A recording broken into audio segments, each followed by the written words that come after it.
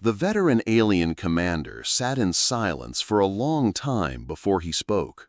His skin, rough and marked by the scars of countless battles, glimmered faintly under the pale blue lights of the council chamber. Dozens of younger officers leaned forward, their gaze fixed on him. They had all heard the stories, of course, whispers traded in quiet corridors about the humans. But none of them had ever dared to ask him directly. Tonight was different. Tonight, the commander was ready to talk. "You want to know what I saw," he said, his voice deep and rough, as if each word carried the weight of a lifetime. "You want to hear why I still wake in the dark cycles, certain that I can hear them marching." The room shifted uneasily. No one interrupted. "They look small when you first meet them," the commander continued. "Fragile, almost harmless. I thought the same thing once. But that was before I saw what they do when you force them to fight. Before I learned why every veteran who's faced them refuses to speak of it. We don't keep quiet out of loyalty to them. We keep quiet because we're afraid the younger ones won't believe us." One of the younger officers, a tall, sharp-eyed strategist, leaned forward. "With respect, Commander, they're only one species. We have crushed empires. We've broken worlds. What makes them different?" The commander's gaze turned distant, as if staring into a memory so vivid it still burned behind his eyes. "Because they don't break the way others do," he said softly. "You can take everything from them, home, fleet, even their son, and they will still come for you. They are not the strongest, not the fastest, not the most advanced.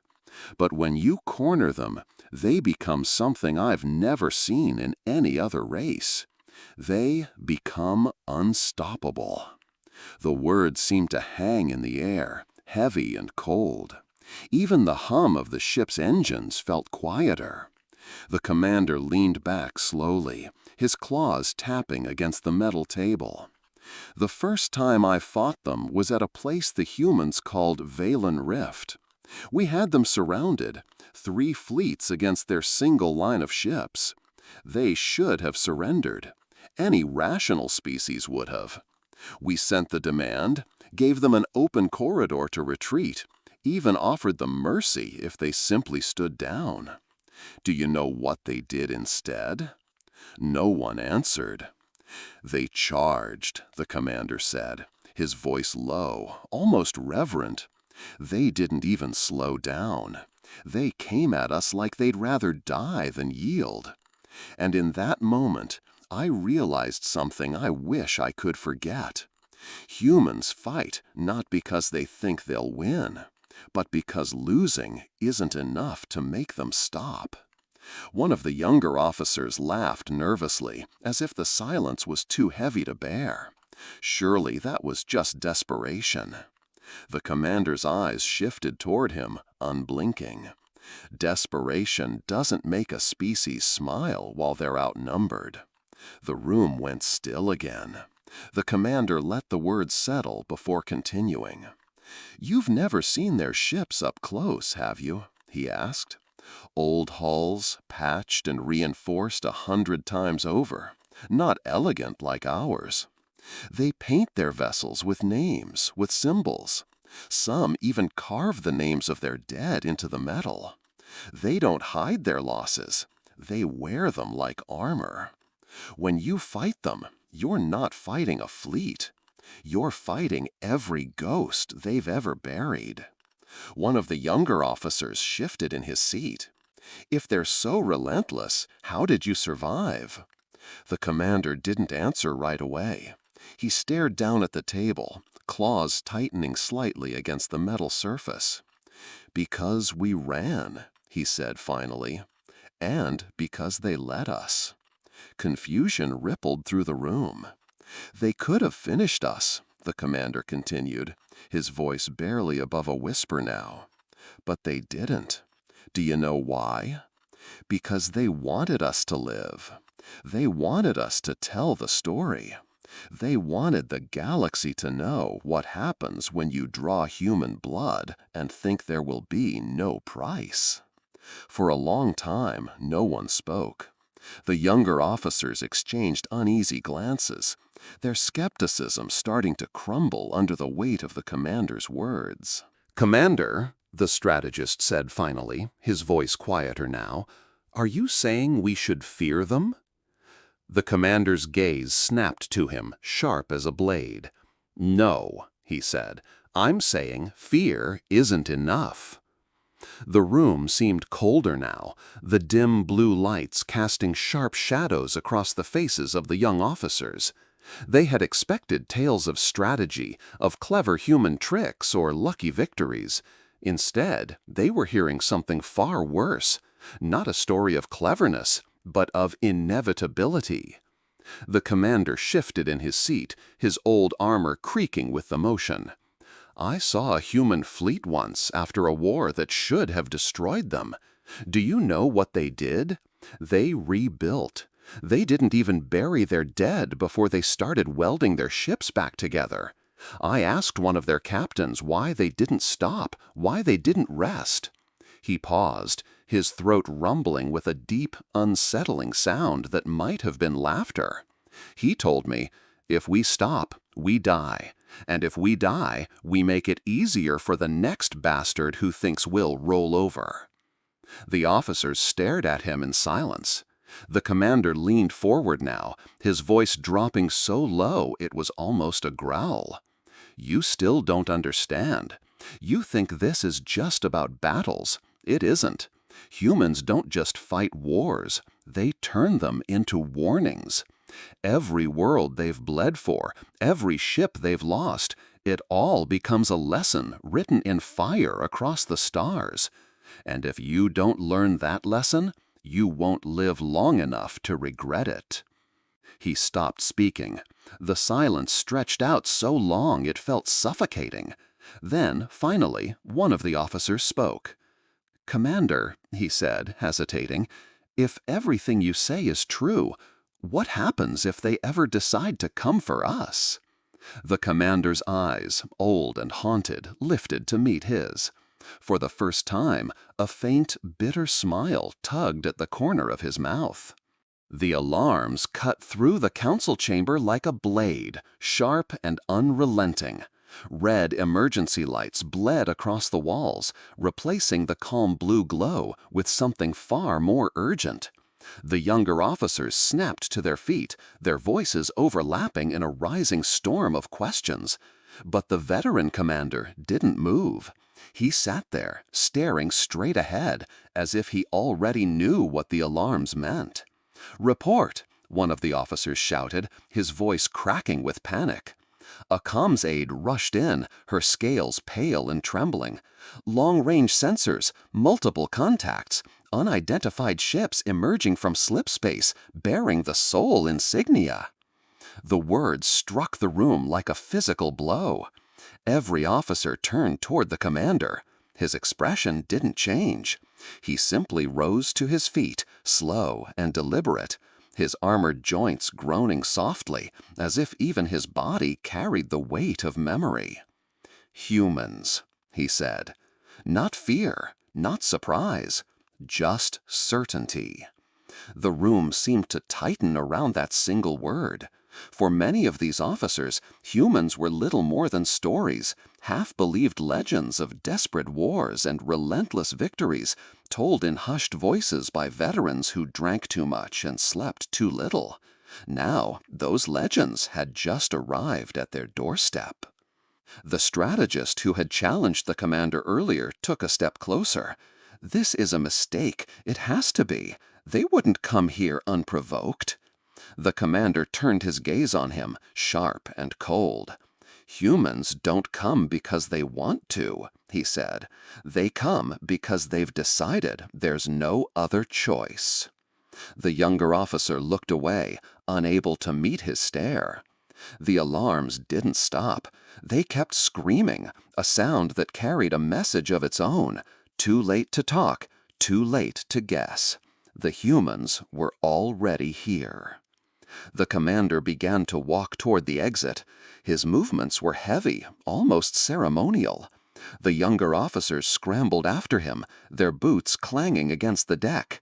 None of them wanted to admit it, but every step they took behind him felt like a step toward something they weren't ready to face. As they moved through the winding corridors of the command station, the comm channels crackled with frantic voices.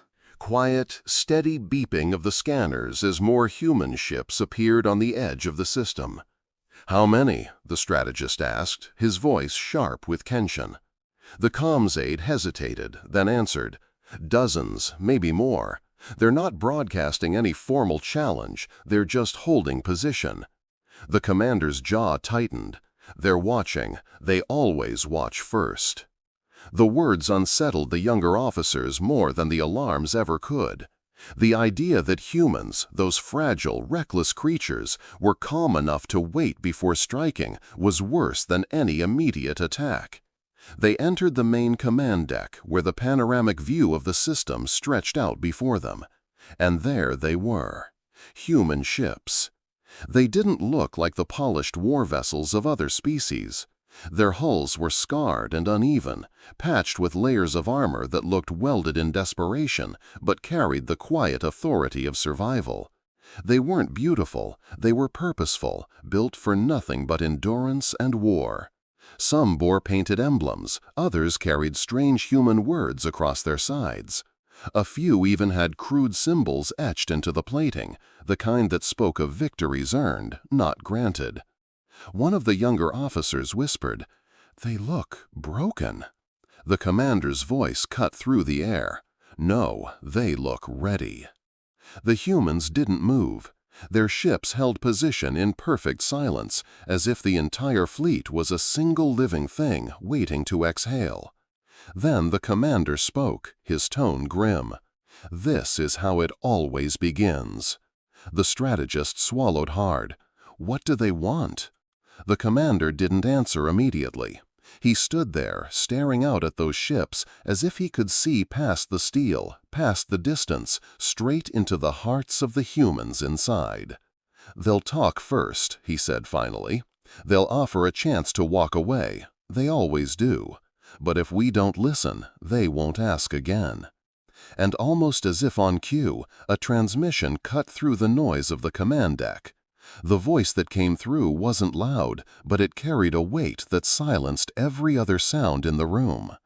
"This is Captain Arden Rowe of the United Terran Fleet. You have something that belongs to us." Every eye in the room turned to the commander.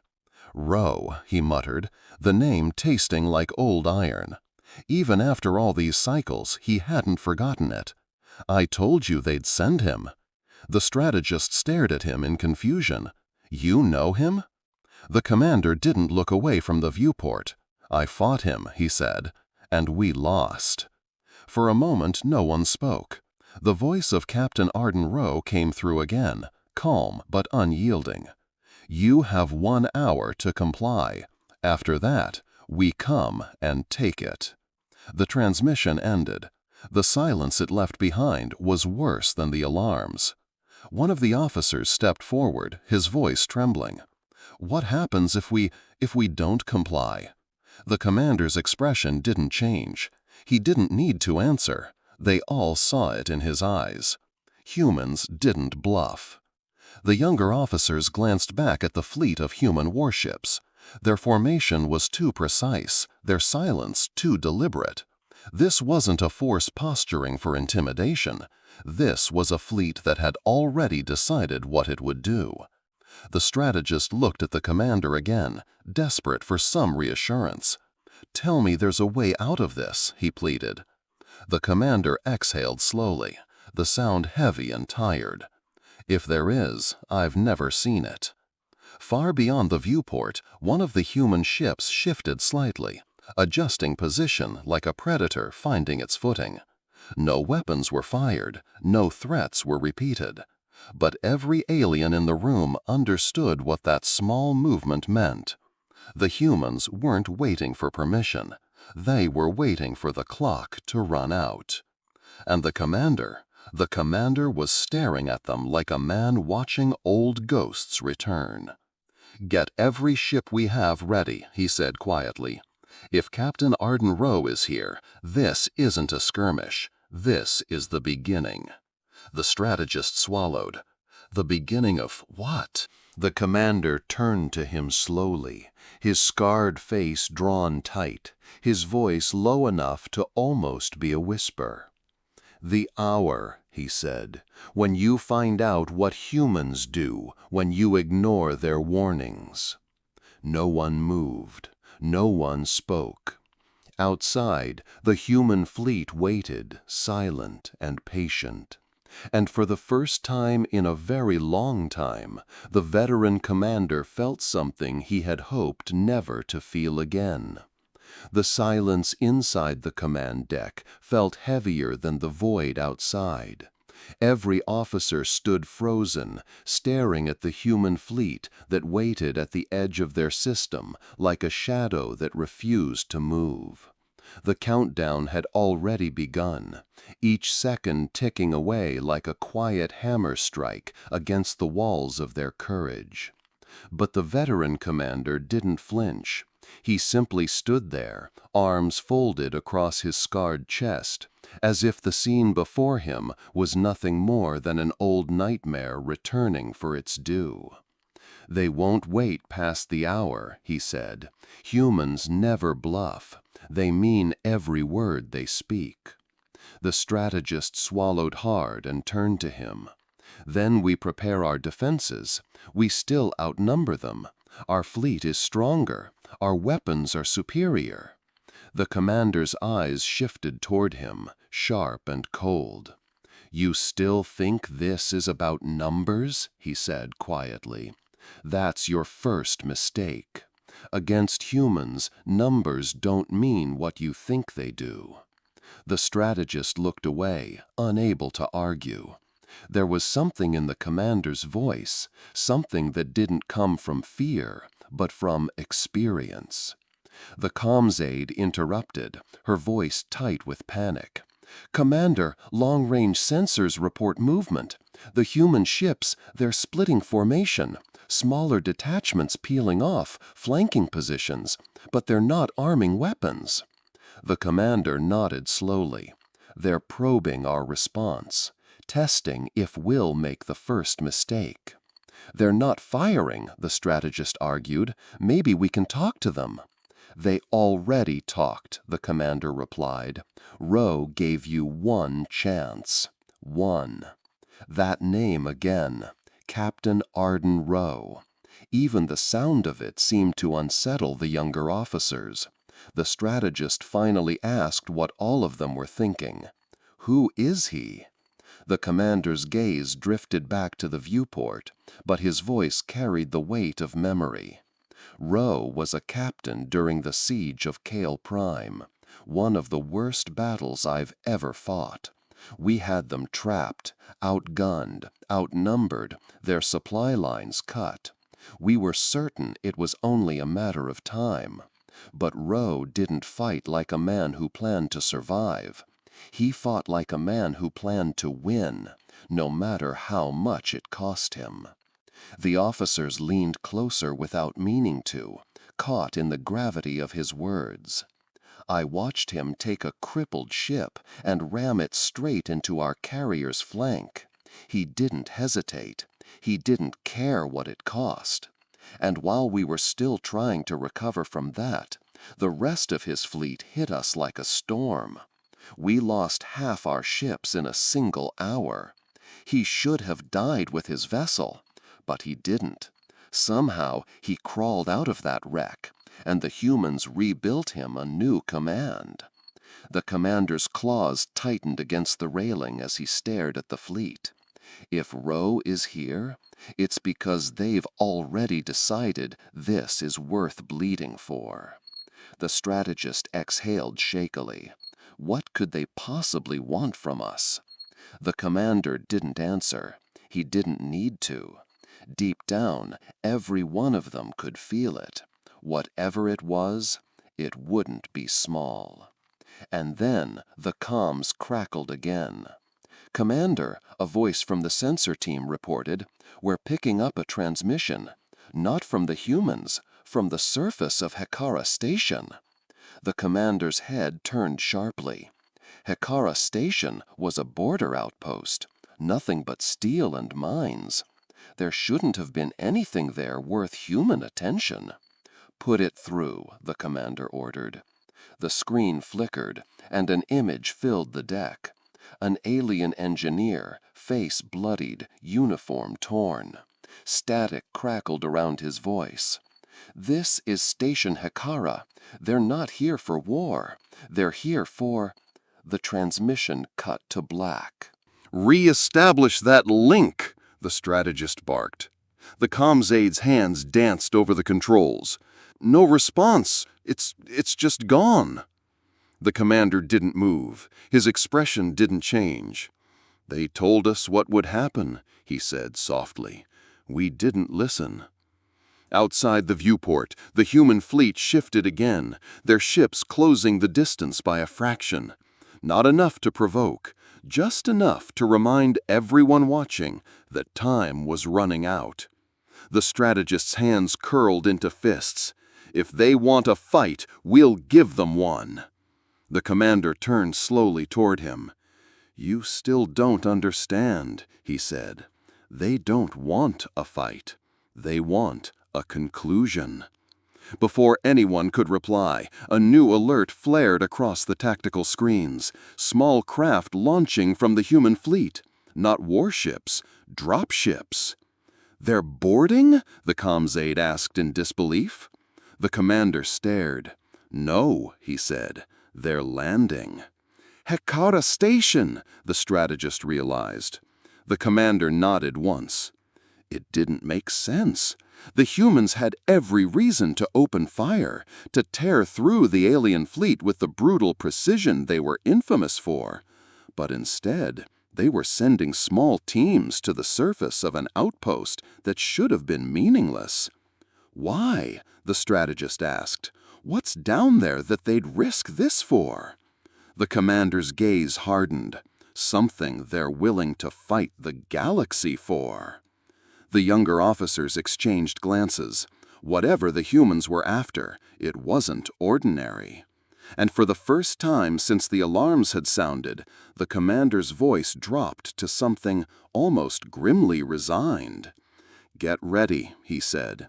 "If we interfere with whatever Roe is doing down there, this will turn from a standoff into a graveyard."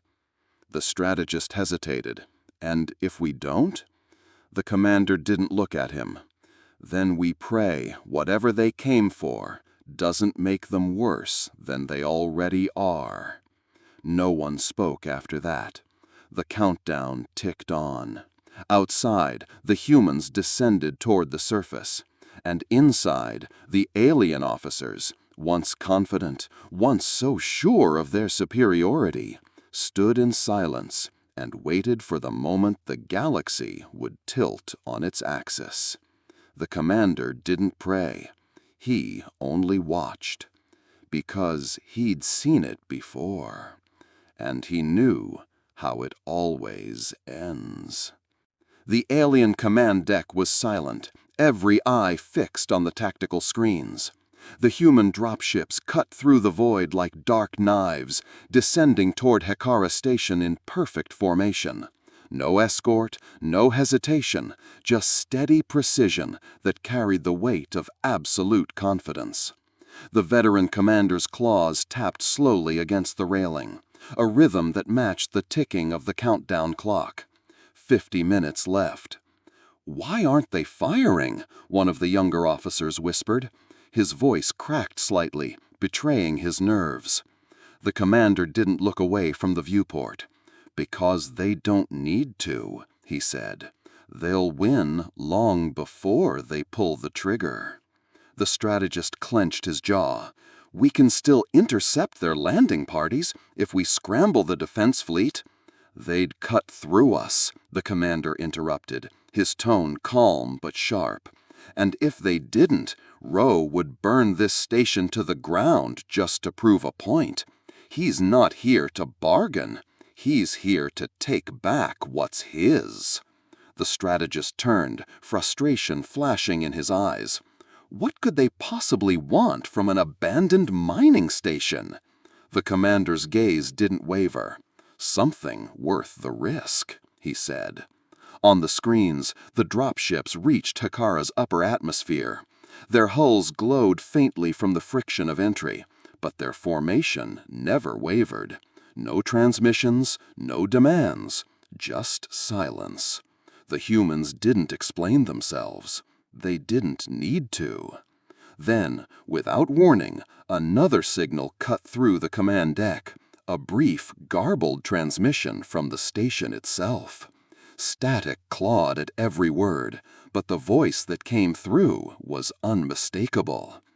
"This is Hekara Station Security. We've made contact. It's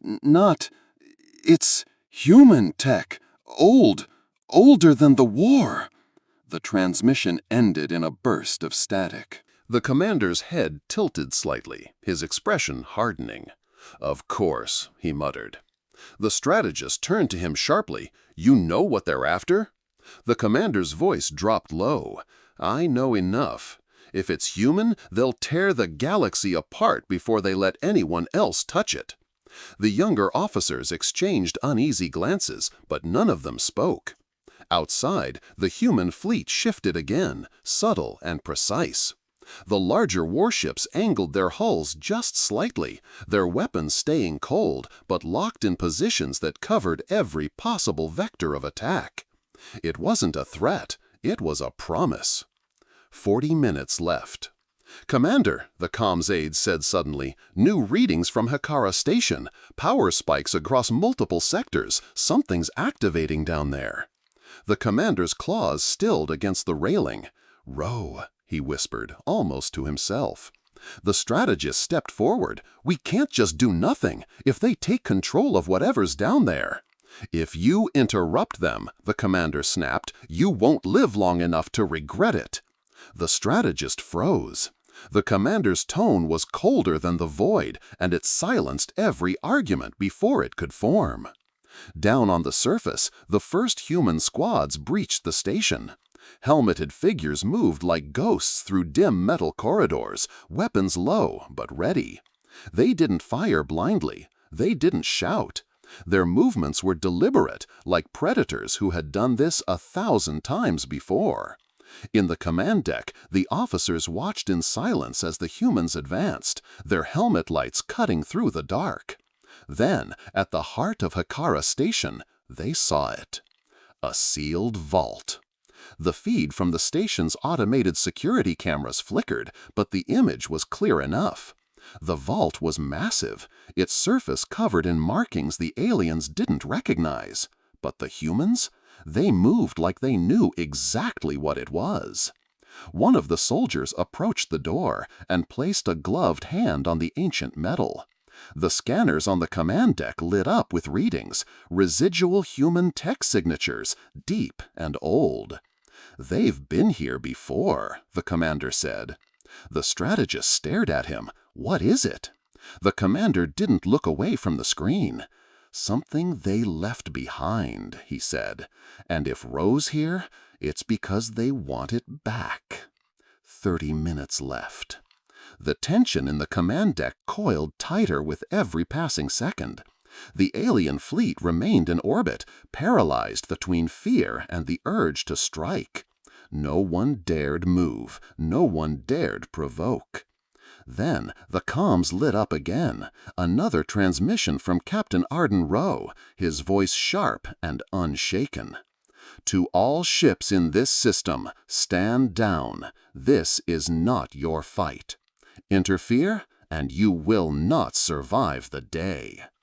He didn't shout. He didn't need to.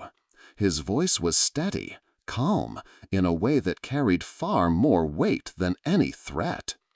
The commander's eyes closed briefly, as if he could feel the echo of old battles in those words. "He means it," he said softly. The strategist turned, his voice trembling despite his efforts to control it. "And if we ignore him?" The commander opened his eyes. and for a fleeting moment they looked older than any of them had ever seen. "Then you'll learn," he said, "what the rest of us already know." Down on Hikara Station, the humans breached the vault door. The security feeds went dark in an instant, replaced by a single blinding flash of light before the connection cut out entirely. 20 minutes left. On the viewport, the human fleet began to move again, not closer, not farther, just shifting. Like a predator stretching its claws before the strike. The strategist's voice cracked. "What are they doing?" The commander's answer was quiet. "Waiting," he said. And for the first time, every officer in that room understood why veterans spoke of humans in whispers. It wasn't their strength. It wasn't their weapons. It was this: the terrifying, unshakable certainty of a species that had already decided how the story would end. Outside, the stars felt colder. Inside, the countdown ticked on. 15 minutes. And then, without warning, every light on the command deck flickered. Power fluctuations rippled through the station. The sensors went haywire. From Hekara Station came a single, final signal. Not words, just a pulse. And the humans? Every ship in their fleet powered their weapons. The power surge rippled through every system in the command deck, throwing shadows across the walls as screens blinked and alarms howled. The alien officers scrambled to stabilize the station's systems, but the veteran commander stood unmoving, his eyes locked on the human fleet. Every ship in their formation had powered weapons, but they didn't fire. They simply held position, glowing in the darkness like silent predators waiting for the right moment. Then the pulse came again, stronger this time. From deep within Hekara Station, a wave of energy radiated outward, so alien in design, yet unmistakably laced with human signatures. The sensors screamed warnings that made no sense. The strategist clutched the edge of a console. "That energy, it's not a weapon. What is it?" The commander's jaw clenched. "It's a key," he said grimly. Before anyone could ask what he meant, the security feeds flickered back online. The image was fractured, distorted by static, but it showed enough to make the entire deck go silent. Inside the vault, the humans had found it. An object massive and ancient, suspended within a chamber of reinforced alloy and strange, dormant machinery. Its surface was marked with the faded emblem of an old Terran fleet, the kind that hadn't been seen since the earliest days of human expansion. But it wasn't just human tech. Around it, alien components, long forgotten, jury-rigged over centuries, had been fused into its structure. Hekara Station wasn't a mining outpost. It was a tomb, a lock built to keep this thing hidden. The strategist's voice cracked. What are they unlocking?" The commander stared at the screen, his expression grim and hollow. Something they should have buried forever. As if in answer, the object flared with light. The pulse it released tore through sensors across the system, scrambling readings and forcing every ship, human and alien alike, to compensate. Then, for a brief moment, the object began to move. "Commander," the comms aide shouted, "gravitational fluctuations across the station. Whatever they activated, it's pulling mass inward." The humans didn't retreat. Instead, Captain Arden Rowe's voice cut across every open channel, calm as ever. "All ships, hold position. Anyone interfering will be treated as hostile." The alien officer stared in disbelief. The humans weren't running. They weren't even preparing for evacuation. They were guarding it. And then the second twist hit. Multiple warp signatures bloomed at the edge of the system. Dozens of them. Not human, not alien defense fleets either. Unknown. The sensors struggled to identify them, but one thing was clear. Whoever they were coming in fast, and they were armed. The strategist's face went pale. Reinforcements? The commander shook his head slowly. No. Scavengers. Raiders. Maybe even someone worse. They've been watching this system for years, waiting for someone to crack that vault. And now the humans have done it for them. The tactical map lit up with incoming ships, fast, aggressive, and uncoordinated, but numerous. Commander, if they breach the human fleet— They won't, the commander said quietly. But they'll try. On the viewport, the humans shifted formation instantly. Not a single order transmitted over open channels, but their fleet moved as one.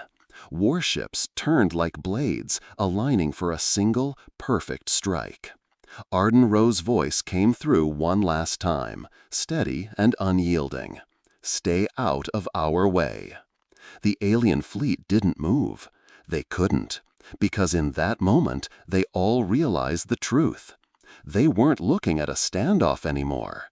They were looking at the opening of a war that could reshape everything. The Raider fleet dropped out of warp in a blaze of engine light. Dozens of ships charged forward, hungry and reckless. And the humans didn't wait.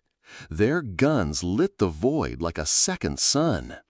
The first volley shattered the lead Raider ships in a storm of fire and debris. No hesitation, no wasted motion. It was brutal, efficient, and terrifyingly precise. And even as the aliens on the command deck watched in stunned silence, the vault on Hekara Station pulsed again, stronger than before. The commander's claws tightened against the railing. "Whatever they woke up down there," he said softly, "this is just the beginning." The strategist turned toward him. Beginning of what? The commander's eyes never left the human fleet. "Of why the galaxy fears them," he said. The vault's light flared one last time, so bright it burned white across every sensor. And then something moved inside it. Not human, not alien, something older. And the humans, they didn't flinch. They had come for it, and they weren't leaving without it. The vault erupted in light so intense that it washed over every screen in the alien command deck, blinding sensors and filling the void with a silent roar of raw power. For a moment, no one breathed. And then, through the haze, shapes emerged, lines of ancient machinery unfurling like a sleeping beast awakened after centuries of silence. The human fleet didn't flinch. They tightened their formation, ships moving with ruthless precision, intercepting the raiders before they could get within firing range of Hekara Station. Every salvo from their guns was clean, methodical, and final. Debris fields bloomed in the darkness as one enemy ship after another was reduced to glowing wreckage. And yet, the humans fought without excess. They destroyed only what they had to. Their true focus remained fixed on the vault. Inside, something massive stirred. The alien officers watched in stunned silence as the security feeds crackled back to life, showing Captain Arden Rowe standing at the forefront of the human landing team. His armor was scarred but steady, his face calm under his helmet visor as he stared at the awakened machine towering above them. "It's real," one of the younger alien officers whispered. The commander said nothing. He simply watched because, deep down, he already understood. Rowe raised his hand, signaling his team forward. They placed charges, not to destroy the vault, but to free it. One by one, the seals gave way, releasing clouds of ancient frost and fragments of metal as the structure around it crumbled. And then the machine opened its eyes. It wasn't a weapon in the conventional sense. It was worse. A ship older than any recorded human design, its frame hidden within the vault, dormant for centuries. a relic from humanity's earliest wars, back when they had burned entire skies just to survive. The strategist's voice was barely audible. Why would they come for this? The commander's gaze didn't leave the screen. "Because it's theirs," he said softly, "and because they remember what it can do." Down in the vault, Rowe transmitted a single message to his fleet: "Prepare for retrieval." Above, the human ships shifted. Massive carriers moved into position, aligning with impossible precision. They weren't here to conquer. They weren't here to destroy. They were here to take back a weapon the galaxy had forgotten existed. The Raider fleet, desperate and reckless, launched one final charge. But it was too late. The humans unleashed their full arsenal, and the stars lit up in a cascade of fire. Every alien officer on the command deck watched as the Raiders were erased in minutes, their ships torn apart with the kind of ruthless efficiency only humans seemed capable of. And then, silence. The vault door blew apart, and the ancient ship rose from the station like a phantom. Its engines, if they could even be called that, burned with a pale, otherworldly light, and the void seemed to bend around it. The human fleet didn't cheer. They didn't celebrate. They were here to take back a weapon the galaxy had forgotten existed. The Raider fleet, desperate and reckless, launched one final charge. But it was too late.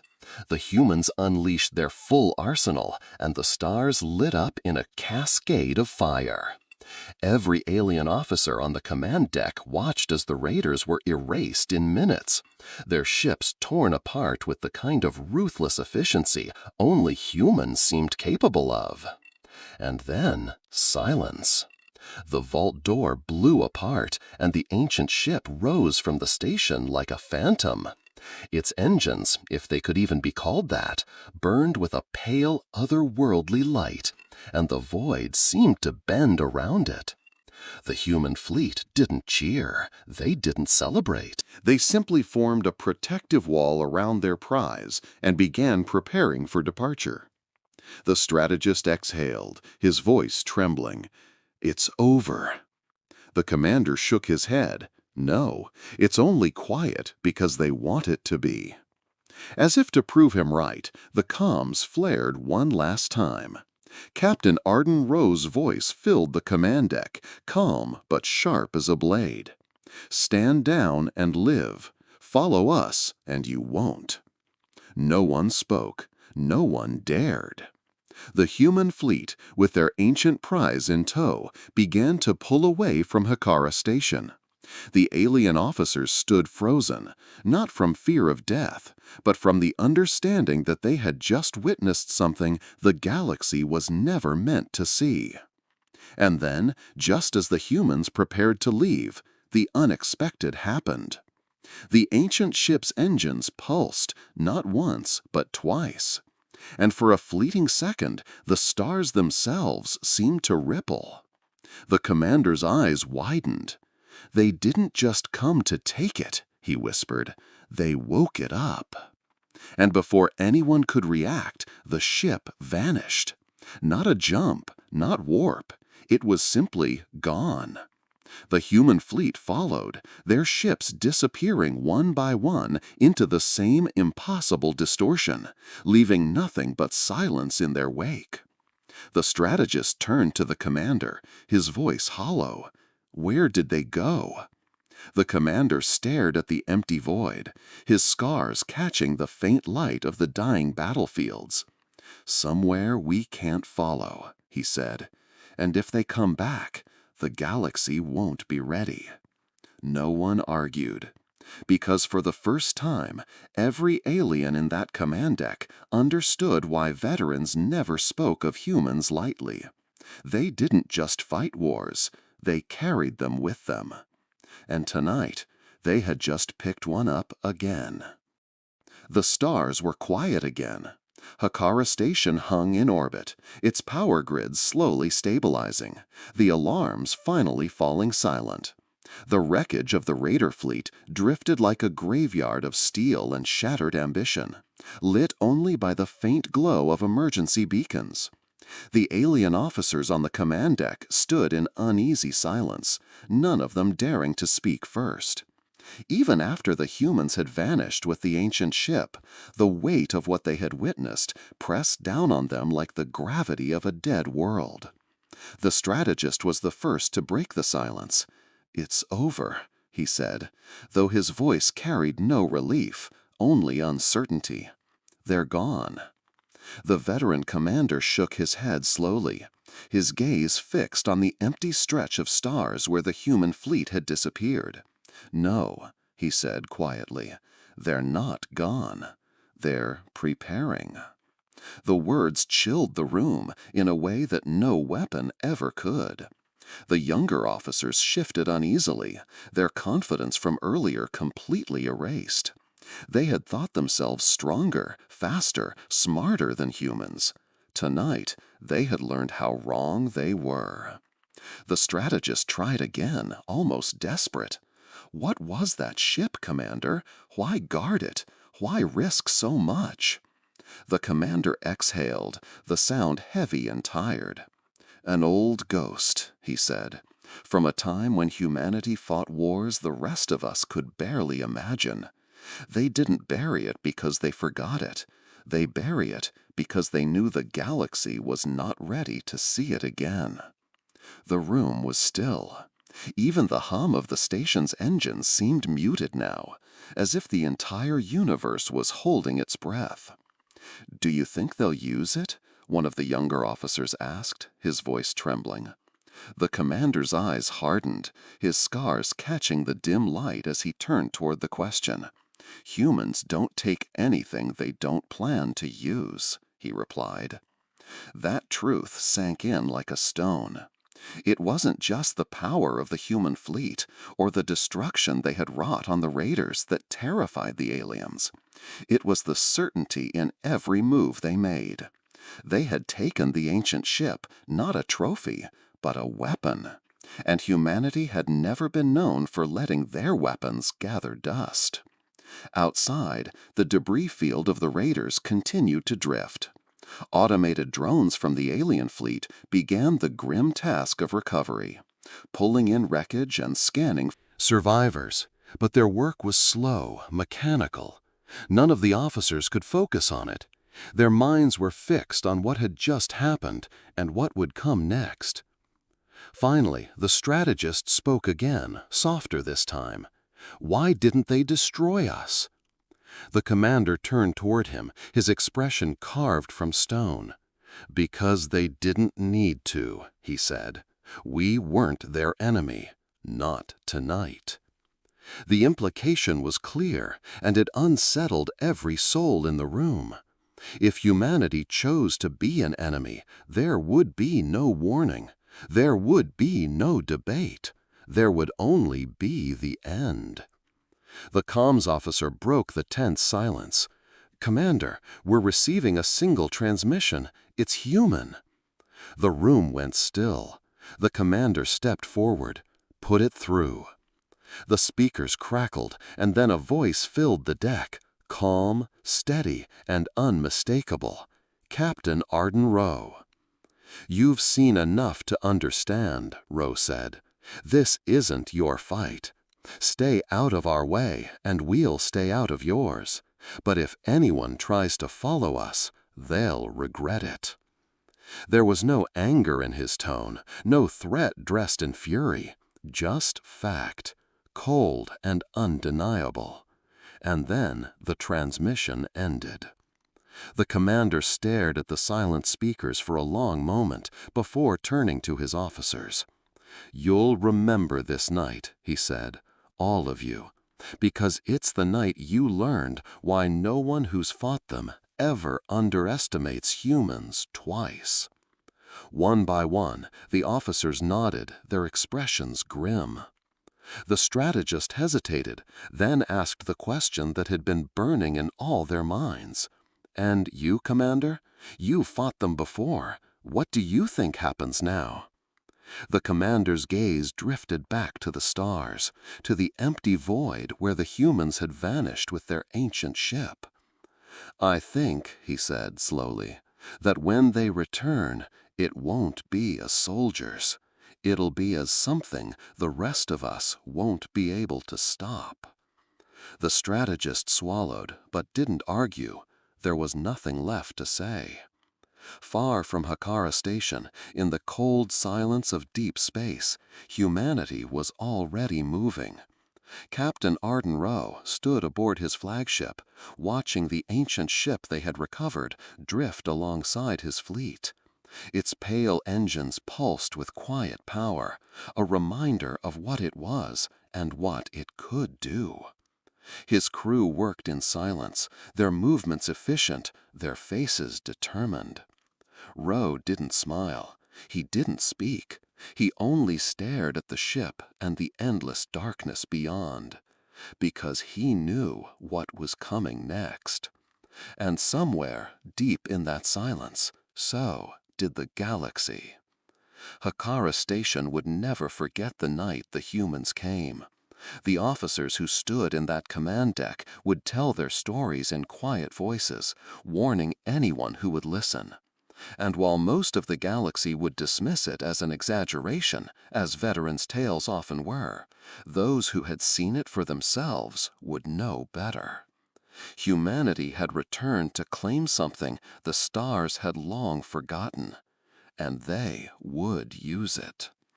For the aliens who watched them vanish, the only question left was simple.